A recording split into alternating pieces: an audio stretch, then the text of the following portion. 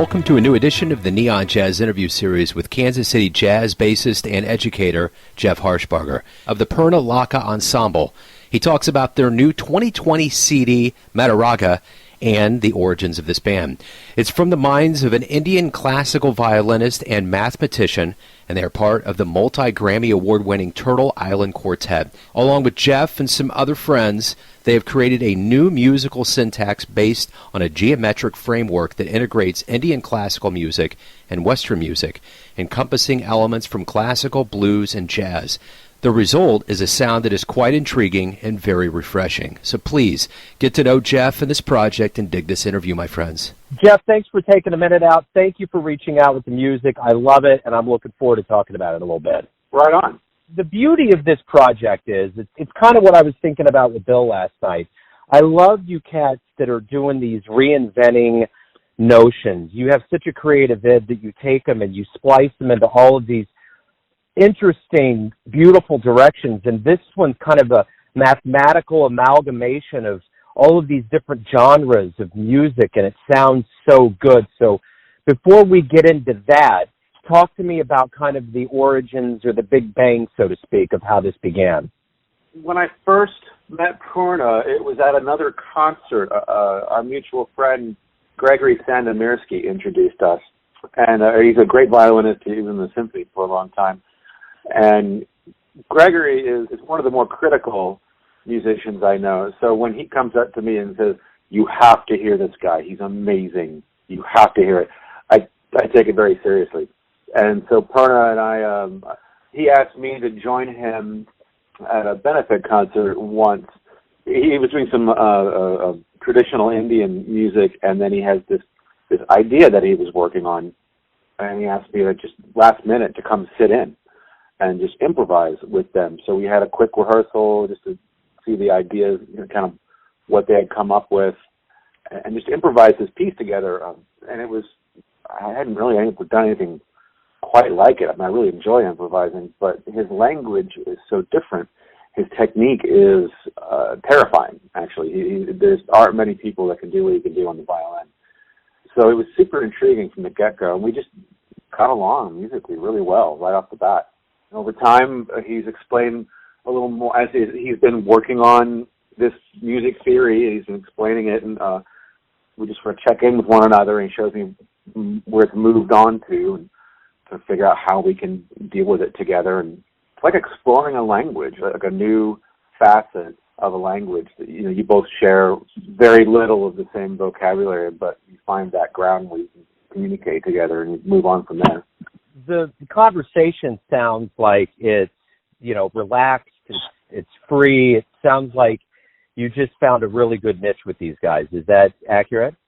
Yeah, with Purna, there's a lot of trust.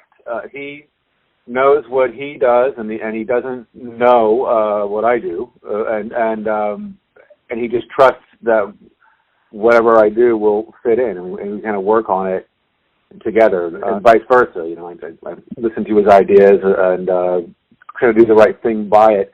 I feel like I'm in more of an accompaniment role to him in this particular project, but as it expanded into a quartet, and he brought David Balakrishnan from the Turtle Island String Quartet, and it became a much more composed, codified thing.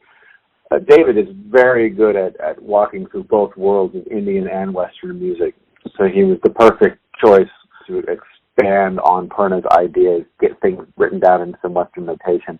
Purna doesn't read Western notation at all.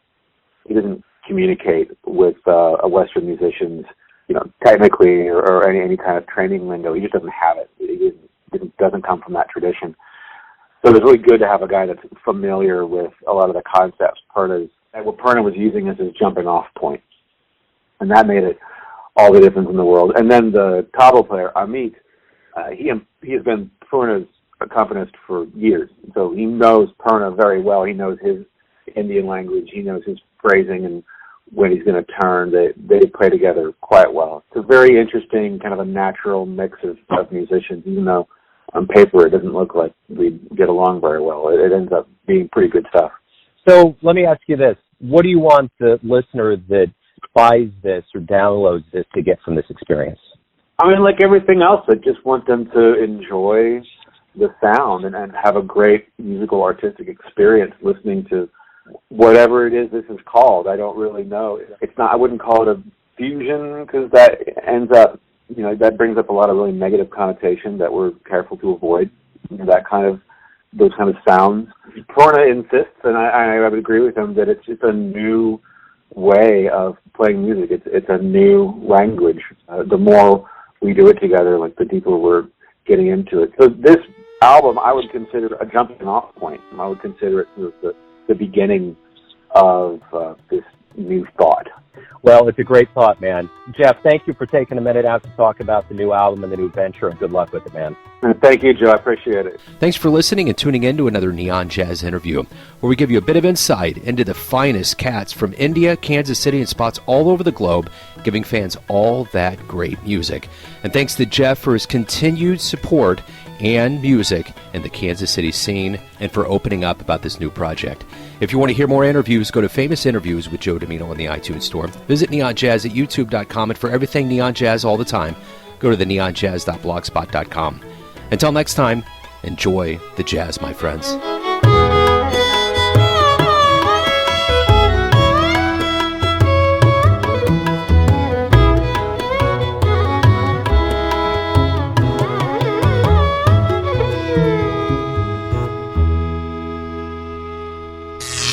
Neon Jazz.